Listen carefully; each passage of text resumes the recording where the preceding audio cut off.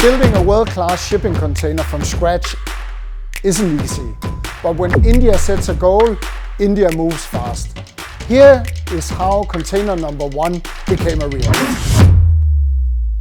APM Maersk has been part of India's trade story for over a century.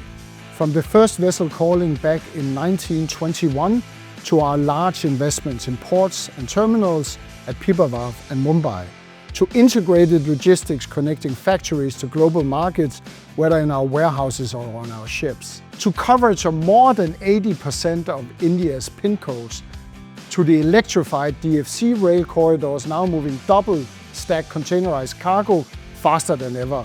We are deeply invested in India's growth. But it's not only the day-to-day business that we are committed to. How do we support India to become a world-class container manufacturer? We took that challenge very seriously, and within months, our global container experts were on the case, on the ground, auditing factories, benchmarking quality, and asking one honest question. Can India build a container that meets global standards, our standards, and the demand of global trade? By October last year, we had our first vendor partner, DCM Shriram Group, and an MOU signed at the India Maritime Week. What followed was months of technical collaboration, quality benchmark, and commercial work.